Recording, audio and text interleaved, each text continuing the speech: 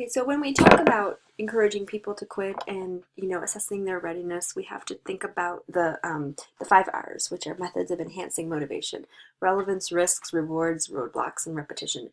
So this is where we help them to see, how is quitting relevant? How will it help them?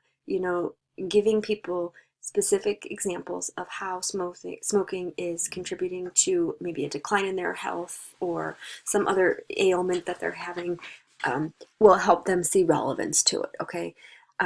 As well as risk of, when people can really personalize it and see how it's affecting them and their situation, motivation increases. Okay, so with that comes, what are the rewards of quitting, whether it's rewards to your health or maybe the financial rewards of having more money to spend on other things, improved appearance, things like that.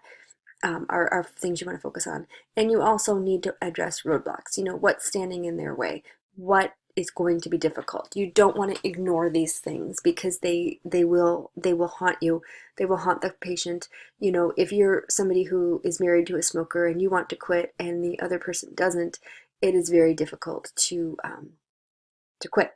If you're somebody whose social group all smokes and a lot of your social activities revolve around smoking with whatever you're doing, it will be very difficult to quit. Or if you're somebody who works and you have these smoking breaks, which are kind of social things, those are definite roadblocks. I mean, those are definite things that need to be addressed and tackled head on in order to increase the chance that this person will be successful.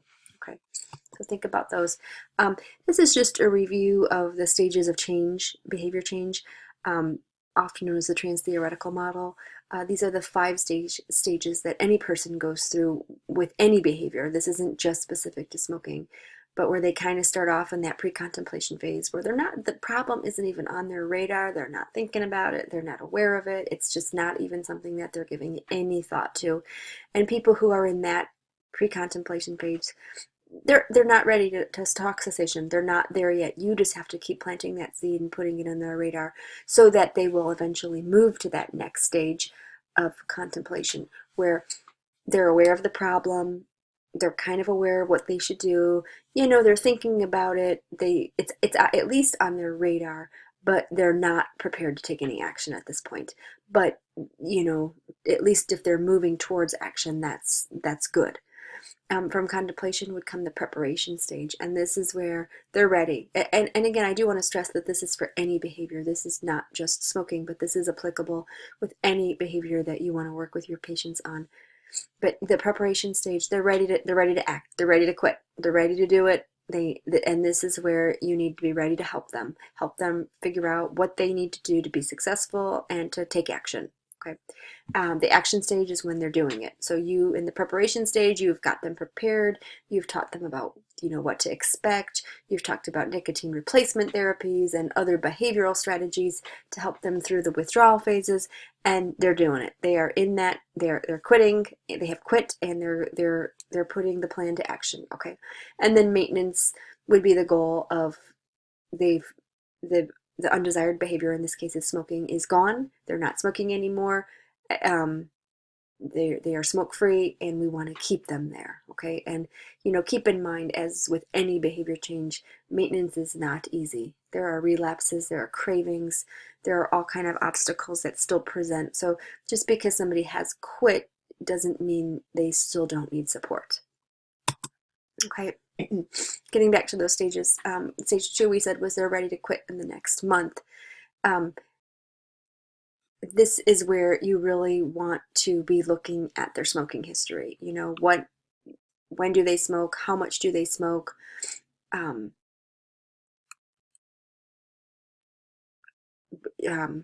What are they smoking? Things like that.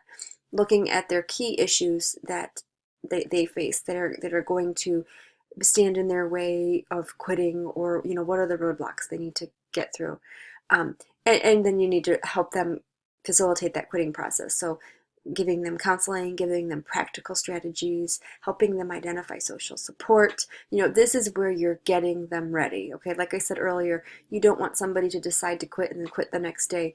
They need to give themselves a week, or at least a week, to prepare themselves. Maybe that means letting other people know that they're going to quit. Maybe, letting the smoking group, the smokers at work, saying, hey guys, I won't be coming to those smoking breaks anymore, so please don't ask me, whatever. Making plans for how they're going to be successful, okay? And when we look at tobacco history, tobacco use, you want to know what they're, how much are they smoking now? What are they smoking? How much? How often? All that stuff. But we also want to know about their past use, and also past quit attempts. If a smoker has tried to quit in the past and has failed, you really should ask about it. And oftentimes they can identify why they relapsed. They can almost take you back to that exact day where they started smoking again, and maybe it was because something really lousy happened in their life, or maybe it was because they were at a party and everybody was smoking, or who knows what it was, but they can usually tell you why they relapsed. And you want to take those past quit attempts and what happened, and use that for your advantage, not for the person to be discouraged, but to use that to your advantage. um, and the other thing is, what did they do? Did they quit cold turkey? Did they use some sort of nicotine replacement? Did they use it correctly? If they were using some sort of replacement therapy and they weren't doing it correctly, maybe that was what it was. So there's a lot of agents out on the market to help smokers quit, but we need to make sure that we pick something that's appropriate, and we'll hopefully give them the best results. Reviewing those reasons to quit, their motivation to quit, is important. Helping them realize, why do you want to quit? Is it because you want to live to see your grandkids grow up, or you want to see your child graduate from college, or you want to have enough um, energy and lung capacity to dance at your daughter's wedding, or whatever it is. Oftentimes reminding them of those and helping them find out their reasons for quitting, and kind of keeping them on their radar, are very helpful. Showing that you're confident, you have confidence in them, you believe they can do it, and helping instill that in them is really important, especially if they've had attempts in the past that weren't successful. Also, really looking for their triggers. When do they smoke? Why do they smoke? Are they a stress smoker? Are they somebody who only smokes socially? Do they know certain triggers will make them smoke? Do they have to smoke first thing in the morning? Do they have to smoke when they have coffee? Do they have to smoke after a meal? Things like that, because those will be the hard times for them.